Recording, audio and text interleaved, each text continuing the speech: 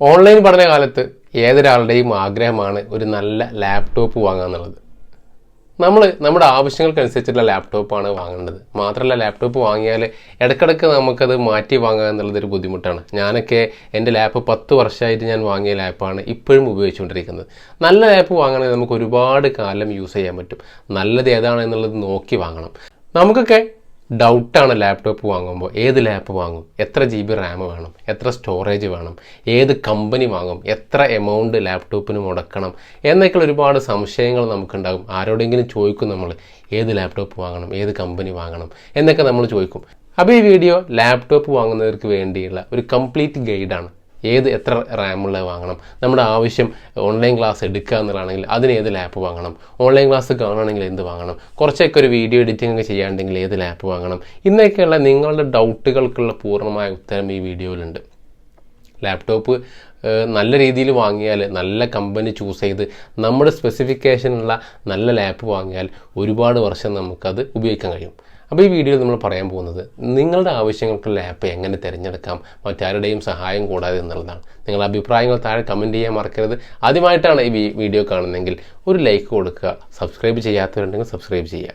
Okay, അപ്പോൾ നമുക്ക് ഏത് ലാപ്പ് ഏതാണ് നല്ലത്, എന്തൊക്കെ കാര്യങ്ങൾ നോക്കണം എന്ന് നമുക്ക് ഈ വീഡിയോയിലൂടെ മനസ്സിലാക്കാം.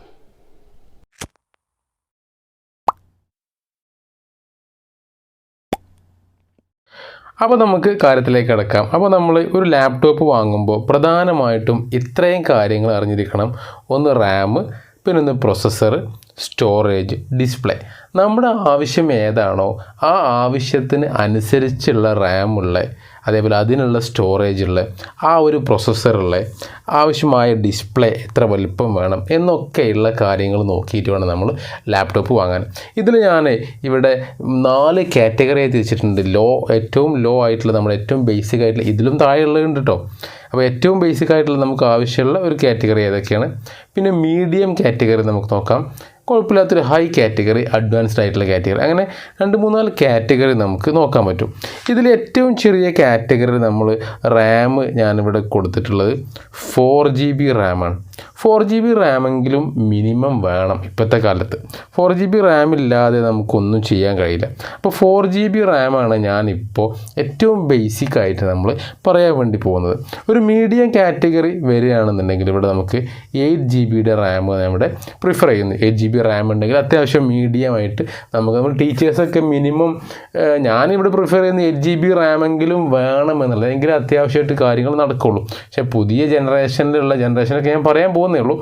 പുതിയ ജനറേഷനിലുള്ള ലാപ്പ് നല്ല പെർഫോമൻസുകൾ എടുക്കുകയാണെങ്കിൽ 4 GB റാം മതി.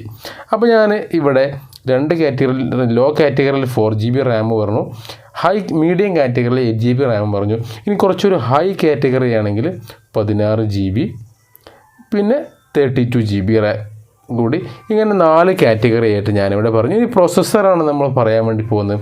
പ്രൊസസ്സർ നോർമലി നമുക്കറിയാം, ഇന്റലും AMD ആണ് പ്രൊസസ്സർ ഇറക്കുന്നത്. AMDൻ്റെ തന്നെ റൈസൺ എന്നുള്ള സീരീസാണ് ഇപ്പോൾ ഇറക്കുന്നത്. റൈസൺ i3, റൈസൺ 3, 5 അങ്ങനെയുള്ള. നമ്മളിവിടെ ഇൻ്റലിനെ കുറിച്ചാണ് ചർച്ച ചെയ്യുന്നത്. അപ്പോൾ ഇവിടെ നമ്മൾ നോർമലി നമ്മളൊക്കെ വാങ്ങാറുള്ളത് ഇൻ്റലാണ്. ബേസിക്കലി നമ്മളെല്ലാവരും ചൂസ് ചെയ്യാറ് ഇൻ്റലാണ്. ഇൻ്റലിൻ്റെ i3, i5, i7, i9 ഇത്തരം പ്രൊസസ്സറുകൾക്ക് നമ്മൾ വാങ്ങാറുള്ളത്. ഇവിടെ നോർമൽ ലോ കാറ്റഗറിയിൽ ഇവിടെ ഞാൻ പ്രിഫർ ചെയ്യുന്നത് i3 ആണ്. ഇതിലും താഴെ ഈ 4 GB റാമിൽ താഴെയുള്ള, i3യിലും താഴെയുള്ള ഡുവൽ കോർ, അതേപോലെ തന്നെ ഇൻ്റൽ സെൽറോൺ, ഇത്തരം പ്രൊസസ്സറൊക്കെ ഉണ്ട്. അത് നമ്മളിവിടെ ചർച്ച ചെയ്യുന്നതല്ല, കാരണം നമ്മുടെ ആവശ്യങ്ങളൊന്നും അതിൽ നടക്കില്ല. നമ്മൾ IT സ്കൂൾ കൈറ്റ് സജസ്റ്റ് ചെയ്യുന്ന നമ്മുടെ സോഫ്റ്റ്വെയർ ആയിട്ടുള്ള, നമ്മുടെ നോർമലി നമ്മൾ യൂസ് ചെയ്യുന്ന ഉബുണ്ടു ഒന്നും ഈ i3 താഴെയുള്ള പ്രൊസസ്സറുകളിൽ വർക്ക് ചെയ്യാൻ ബുദ്ധിമുട്ടായിരിക്കും. അപ്പോൾ i3 ആണ് ഇവിടെ പ്രിഫർ ചെയ്യുന്ന i3 ആണ്. ഏറ്റവും ലോ ആയിട്ട്, മീഡിയം ആയിട്ട് i5 പ്രൊസസ്സർ ഇവിടെ സജസ്റ്റ് ചെയ്യുന്നു. അതേപോലെ ഹൈ ആണെങ്കിൽ i7. ഇവിടെ i7ഉം i9ഉം ഞാനിവിടെ ഒരു അഡ്വാൻസ്ഡ് ആയിട്ടുള്ള ഒരു പ്രൊസസ്സറായിട്ട് ഇവിടെ കണക്കാക്കുന്നു. ഇതിൽ നമുക്കറിയാം നമ്മുടെ പ്രൊസസ്സറിൻ്റെ പെർഫോമൻസ് നമ്മുടെ റാമുമായിട്ടും കണക്റ്റഡ് ആണ്.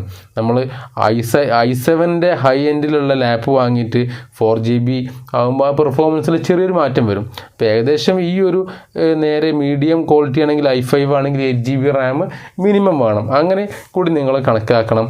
അതുമാത്രമല്ല നമ്മുടെ ജനറേഷൻ ഒരു ഘടകമാണ്. നമുക്കറിയാം ഇപ്പോൾ ഇറങ്ങുന്നത് 11th ജനറേഷനാണ്. 11th ജനറേഷൻ്റെ ലാപ്പുകളാണ്, പ്രൊസസ്സറുകളാണ് ഇപ്പോൾ ഇറങ്ങുന്നത്. അതേപോലെ 10th ഇറങ്ങുന്നുണ്ട്. ഈ 2 ജനറേഷനെങ്കിലും നിങ്ങൾ എന്തായാലും വാങ്ങണം. നമ്മളിവിടെ ഈ സജസ്റ്റ് ചെയ്യുന്ന ഈ 2 ജനറേഷൻ മാത്രമാണ്. ഇതിന് മുന്നേയുള്ള 8th 9th ഒന്നും ഇവിടെ ചർച്ച ചെയ്യുന്നേ ഇല്ല. 11th 10th ജനറേഷനിലുള്ള ലാപ്പുകൾ എന്തായാലും നമ്മൾ വാങ്ങണം. അപ്പോൾ ഇവിടെ നമ്മൾ പറയുന്നത് ഈ കുറിച്ചാണ്. ഇനി നമ്മൾ പറയാൻ പോകുന്നത് സ്റ്റോറേജാണ്. നമുക്കൊരു 2 ടൈപ്പ് സ്റ്റോറേജാണ് നോർമലി വരുന്നത്. ഒന്ന് HDD, മറ്റൊന്ന് SSD. നമുക്കറിയാം HDD സ്റ്റോറേജുകൾ ഇപ്പോൾ ഔട്ട്ഡേറ്റഡ് ആയിട്ടുണ്ട്. നമുക്കറിയാം നേരത്തെ നമ്മൾ ആദ്യം ഉപയോഗിച്ചിരുന്ന സ്റ്റോറേജുകളാണ് HDD. ഇപ്പോൾ നോർമലി ഇറങ്ങുന്ന സ്റ്റോറേജ് ഡിവൈസുകളൊക്കെ SSD ആണ്. നമ്മുടെ ഒരു മെമ്മറി കാർഡ് പോലെ തന്നെ നല്ല ഫാസ്റ്റായിട്ട് വർക്ക് ചെയ്യും എന്നുള്ളതാണ് SSDയുടെ ഏറ്റവും വലിയ പ്രത്യേകത. നമ്മുടെ കമ്പ്യൂട്ടർ ബൂട്ട് ചെയ്യുമ്പോൾ നോർമലി ആദ്യമൊക്കെ 2 മിനിറ്റോളം കമ്പ്യൂട്ടർ ഓണായി വരാൻ സമയമെടുത്തിരുന്നു. ഇപ്പോൾ 10-15 സെക്കൻഡ് കൊണ്ട് കമ്പ്യൂട്ടർ നമ്മൾ പവർ ഓൺ ചെയ്താൽ സെക്കൻഡുകൾ കൊണ്ട് കമ്പ്യൂട്ടർ ഓണായി വരുന്നത് SSD യൂസ് ചെയ്യുന്നതുകൊണ്ട് അത്രയും ഫാസ്റ്റായിട്ടാണ് ഓപ്പറേറ്റിംഗ് സിസ്റ്റം ഹാർഡ് ഡിസ്കിൽ നിന്ന് ആ ഒരു പ്രോസസ്സ് എത്രയും പെട്ടെന്ന് റാമിൻ്റെ ആ ഒരു സ്റ്റാർട്ടിങ്ങിൻ്റെ ആ പ്രോസസ്സ് നടക്കുന്നത് ഫാസ്റ്റായിട്ടുള്ള സ്റ്റോറേജ് സിസ്റ്റം ഉള്ളതുകൊണ്ടാണ്. അപ്പോൾ SSD ആണ് ഇവിടെ ഞാൻ പ്രിഫർ ചെയ്യുന്നത്. ഒരു ബേസിക് ഏറ്റവും ചെറിയ SSD എന്ന് പറയുന്നത് ഇപ്പോൾ SSD 256, 128 ഉണ്ട്, 512, അതേപോലെ തന്നെ 1TB ഒക്കെ ഉണ്ട്. അപ്പോൾ SSD നമുക്കറിയാം നല്ല എമൗണ്ട് SSDക്ക് വരുന്നുണ്ട്. അപ്പോൾ ഒരു 256 SSD മിനിമം ഉള്ളത് വാങ്ങാം. ഇവിടെ മീഡിയത്തിൽ ഞാനിവിടെ 512GB ആണ് ഇവിടെ പ്രിഫർ ചെയ്യുന്നത്. ഇവിടെ ഹൈ 1TBയും അതിൻ്റെ മുകൾക്കും അതിൻ്റെ മുകളിലേക്കുള്ളതുണ്ട്. അത് ഞാനിവിടെ പറയുന്നില്ല, നിങ്ങൾക്ക് ഇതിൻ്റെ മുകളിൽ ഏതും ചൂസ് ചെയ്യാം.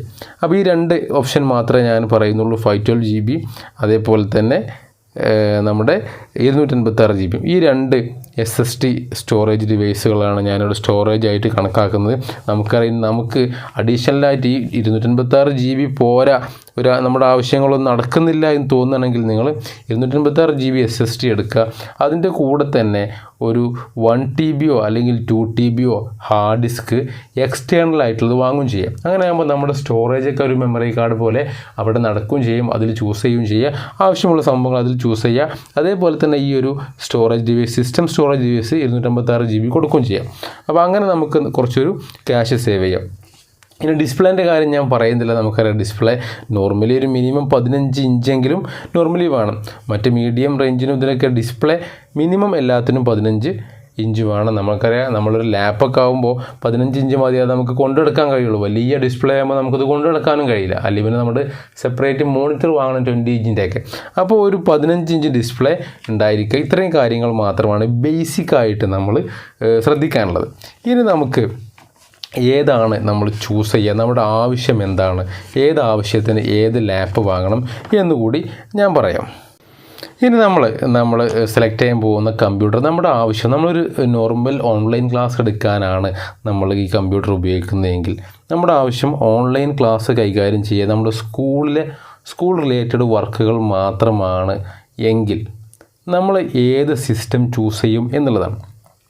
ഇവിടെ നമുക്കറിയാം സ്കൂൾ റിലേറ്റഡ് സിസ്റ്റം മാത്രം നമുക്ക് ചെയ്യാനുള്ളെങ്കിൽ നമ്മൾ നോർമലി നമ്മൾ i3 സെലക്ട് ചെയ്യുക. i3യിൽ 11th ജനറേഷൻ തന്നെ എടുക്കുക.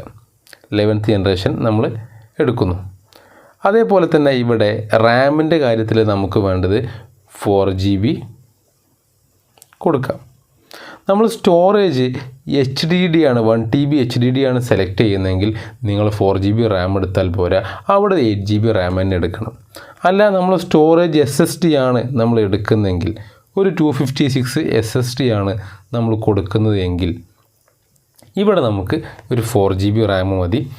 ഇത്രയും കാര്യങ്ങളുണ്ടെങ്കിൽ, ഒരു 15 ഇഞ്ച് സ്ക്രീൻ ഉണ്ടെങ്കിൽ നമ്മുടെ ഓൺലൈൻ സ്കൂൾ റിലേറ്റഡ് വർക്കുകളൊക്കെ ചെയ്യാൻ പറ്റും. ഇതിൽ തന്നെ 8GB റാമാണ് നമ്മൾ എടുക്കുന്നെങ്കിൽ, 8GB റാമാണ് നമ്മൾ എടുക്കുന്നുണ്ടെങ്കിൽ നമ്മുടെ കുറച്ചും കൂടി ഫാസ്റ്റായിട്ട് നമ്മുടെ കാര്യം ഒരു കുറച്ച് കാലത്തിന് നമുക്ക് സിസ്റ്റം മാറ്റേണ്ടി വരികയോ അപ്ഗ്രേഡ് ചെയ്യേണ്ടി വരികയോ ഒന്നും ചെയ്യേണ്ടി വരില്ല. നോർമലി ഇത് ഒരു മിനിമം ബഡ്ജറ്റ് ഒരു ഏകദേശം ഒരു 40-45 ഒക്കെ ഉള്ളതാണ്. റാം കൂടുന്നതനുസരിച്ച് പ്രൈസ് കൂടും.